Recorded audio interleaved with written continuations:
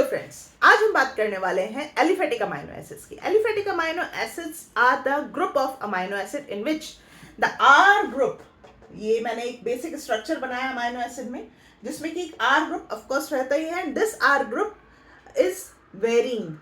इस R group के basis पे ही, इस आर ग्रुप की केमिकल प्रॉपर्टी के बेसिस पे ही हमने जितने भी कॉमन अमाइनो एसिड से 20 जिनकी नंबर है उनको हमने अलग अलग ग्रुप में बांटा है। तो यहाँ पे जितने भी अमाइनो एसिड्स हैं जो उनमें आर ग्रुप ना एलिफेटिक इन नेचर होगा, दैट मीन्स सिंपल होगा, the single bond is present and of course carbon तो होगा ही होगा and no double bond is there. It can be linear, it can be cyclic. So let's start with the glycine which is the first aliphatic amino acid in which H group is there at place of R group. So here normally देखा बात करें तो ये chiral carbon होता है amino acid में, this is a chiral carbon, but here glycine के case में इस कार्बन से दोनों ही क्या है, हाइड्रोजन अटैच्ड है। तो क्या हम इसे chiral carbon कहेंगे या नहीं कहेंगे?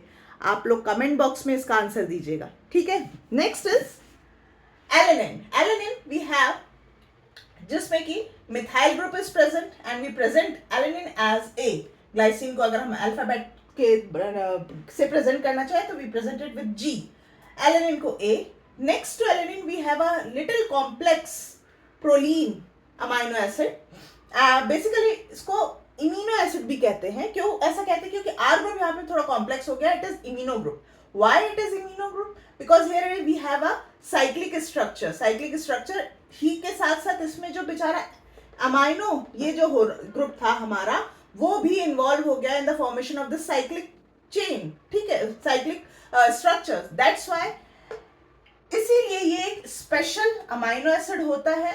साथ ही साथ इसको इमिनो एसिड भी कहते हैं। One more feature is there associated with the proline is that here the amino group is secondary amino group. Why I am saying so? Why secondary primary क्या चक्कर है यहाँ पे? देखिए बाकी सब में आप देखेंगे ना अमाइनो ग्रुप एक सिंगल कार्बन से जुड़ा है, सिंगल से जुड़ा है, लेकिन आप यहाँ पे इस की पोजीशन अगर आप देखेंगे तो दो कार्बन से जुड़ा हुआ है। That's why it is called secondary amino group.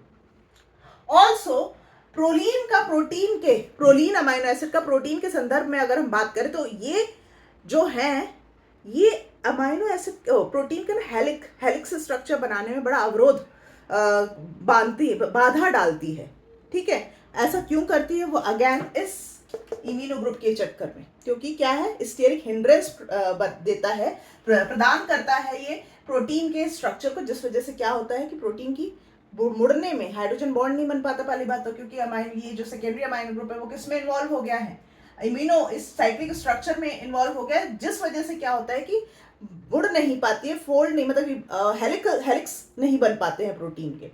सो ये एक इंपॉर्टेंट फीचर है प्रोलीन का।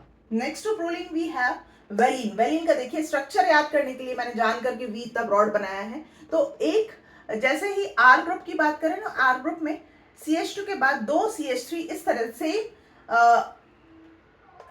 CH3 प्रेजेंट होते, दो मिथाइल ग्रुप एक सिंगल कार्बन से इस तरह से अटैच रहते हैं। Next to valine, now number get increase of carbon, जो बढ़ेगा। अब यहाँ पे क्या है, वेलिन वाला ये स्ट्रक्चर है same, but we have an additional CH2 here. Isoleucine और ल्यूसिन को अगर कंपेयर करें तो number of carbon in the R group are same, but only difference is in the arrangement. यहाँ पे देखिए we have CH3 attach to the beta alpha carbon होता है ना, ये अल्फा कार्बन होता है ये वाला, तो उसके बाद वाले कार्बन क्या कहलाएगा, बीटा कार्बन से ऐसी एक मिथाइल ग्रुप है अटैच्ड है। फिर बाद में जो है लीनियर स्ट्रक्चर है, दैट्स व्हाई मैंने आई इतना बड़ा किया हुआ है यहाँ पे, ठीक है। मेथियोनिन की बात करें, methionine is the sulphur containing amino acid, sulphur containing aliphatic amino acid, ठीक है, जो कि बहुत सारे काम में मेटाबॉलिज्म में इन्वॉल्व रहता है। जैसे कि ट्रांसलेशन के दौरान ये सबसे प्रथम अमाइनो एसिड होता है, DNA सिंथेसिस में भी काम करवाता है ये, और भी तमाम इसका मेटाबॉलिकली इंपॉर्टेंस है जो कि हम बाद में पढ़ेंगे, not in this lecture. So these are the aliphatic amino acid. अब इसको क्विकली याद करने के लिए मैं एक में ट्रिक दे रही हूँ आपको। ट्रिक कुछ इस तरह से है, लिख लीजिएगा, गप वाली मिठाई, ठीक है, गप वाली मिठाई। G stands for glycine. जो साउंड था, that sound stand for alanine. P for proline, V for valine, L for leucine. बड़ी की मात्रा is for isoleucine and the whole मिठाई is for methionine. ठीक है, methionine.